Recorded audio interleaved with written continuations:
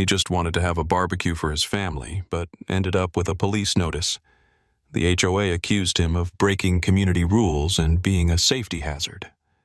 Karen, confident in her authority, smirked and said, "You can't prove anything." But when Michael uncovered her schemes, the consequences were devastating. But let's start from the beginning. Michael Bennett, an ordinary American family man, always took pride in his home in a cozy suburban neighborhood.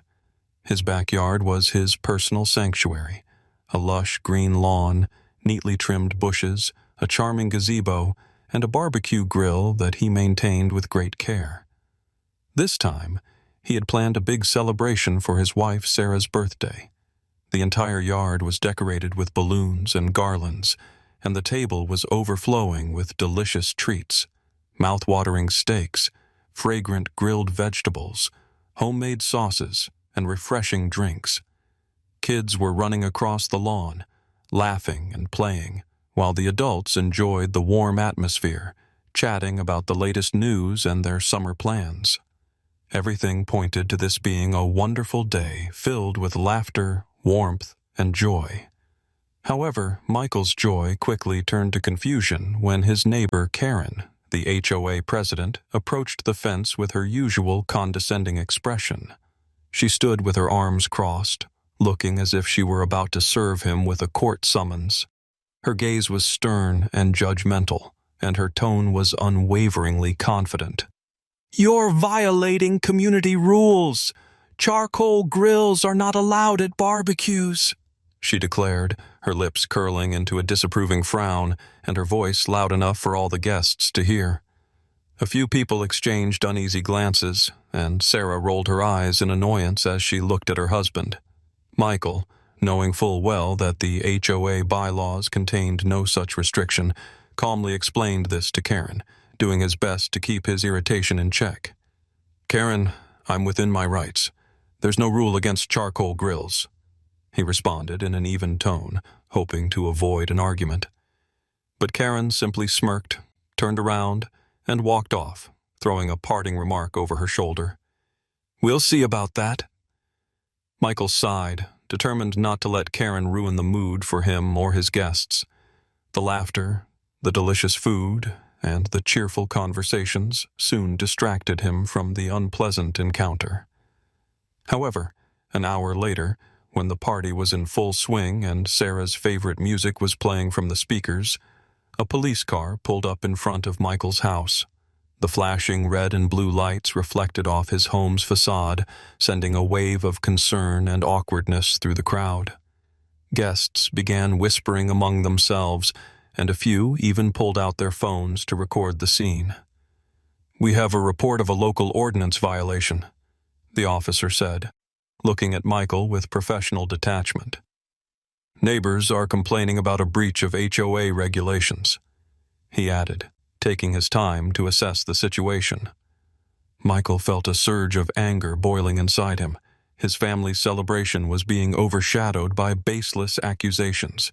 Neighbors started coming out onto the street, watching the scene with curiosity and whispering among themselves. Some peeked through their windows, while others had already taken the discussion to local community chats.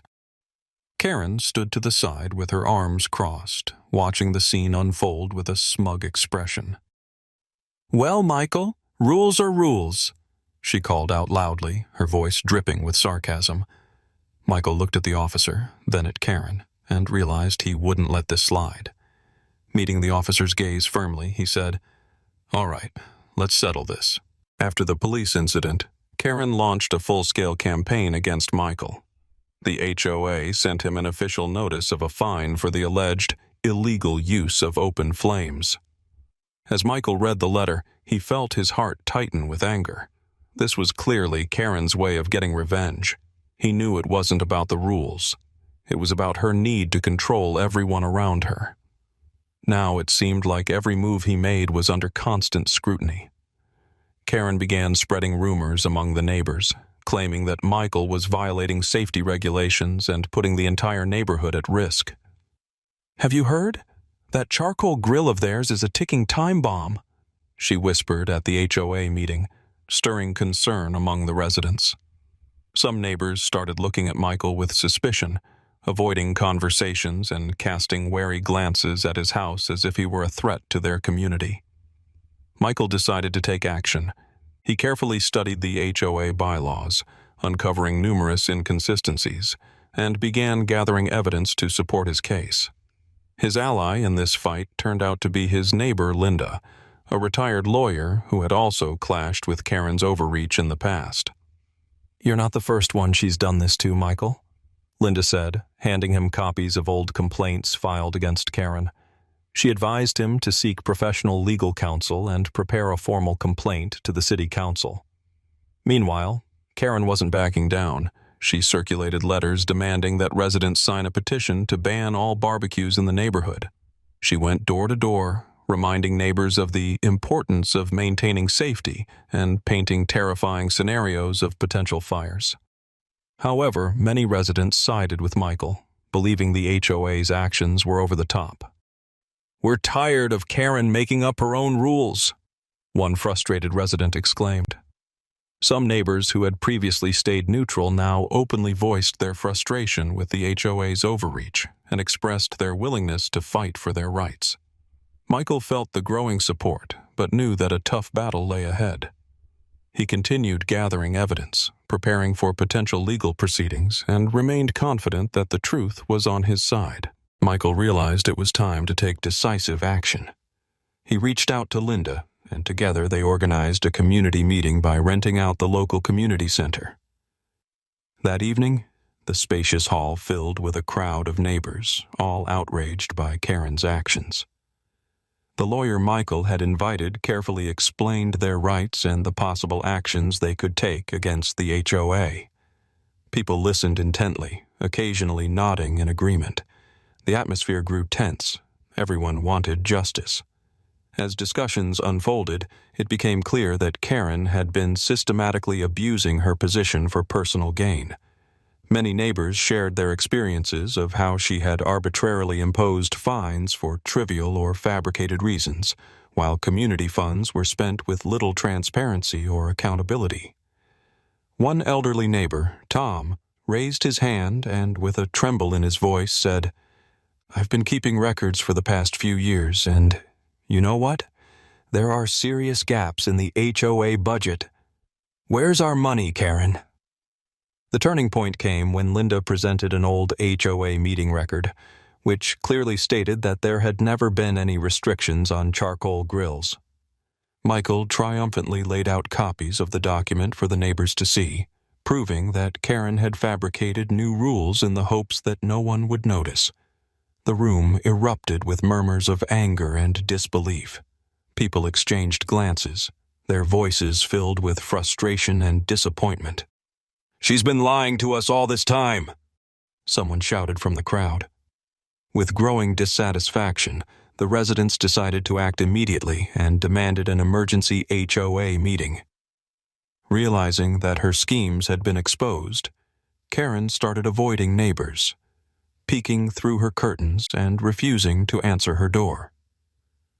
On the day of the meeting, Michael, armed with all the gathered evidence, stood confidently before the community.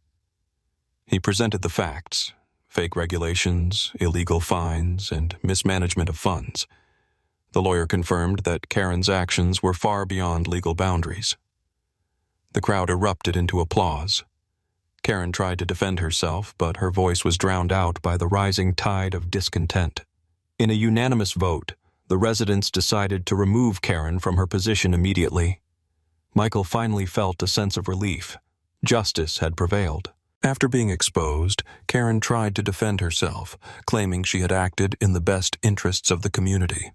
She stood before the neighbors with a trembling voice, trying to convince them that all her actions were meant to improve the neighborhood. "I just wanted to follow the rules," she pleaded, but her words sounded hollow. The residents, weary from years of her tyranny, simply shook their heads. Enough was enough. Following the vote, Karen was forced to step down from her position. The newly elected HOA board wasted no time in overturning the illegal fines, and within weeks, the money Karen had wrongfully collected was returned to the residents. Some of them could hardly believe they had finally achieved justice. However, Karen's troubles didn't end there. Being a man of principle, Michael gathered all the evidence of her misconduct and filed an official complaint with the municipal authorities. The ensuing investigation uncovered numerous violations, including document forgery, misallocation of funds, and abuse of power. Soon, Karen faced the threat of legal action, and to avoid a public scandal, she was forced to sell her home and leave the neighborhood. With her departure, a new chapter began for the community. A sense of relief washed over the neighborhood, and a renewed spirit of freedom and unity filled the air. Inspired by his victory, Michael continued hosting barbecues on an even grander scale, inviting all the neighbors. They laughed, enjoyed each other's company, and no longer feared that someone would try to infringe on their rights again. The new HOA board adopted more transparent and fair policies, holding regular meetings and seeking input from the residents. People who had once lived in fear of fines now felt like true owners of their homes. Months passed, and the neighborhood came back to life. Children played in the streets, neighbors gathered for picnics more often, and the sense of camaraderie grew stronger than ever. Everyone realized that by standing together, they could overcome injustice. The moral of this story is simple. If you fight for your rights, justice will prevail, and no one can impose their rules on you if you know the law.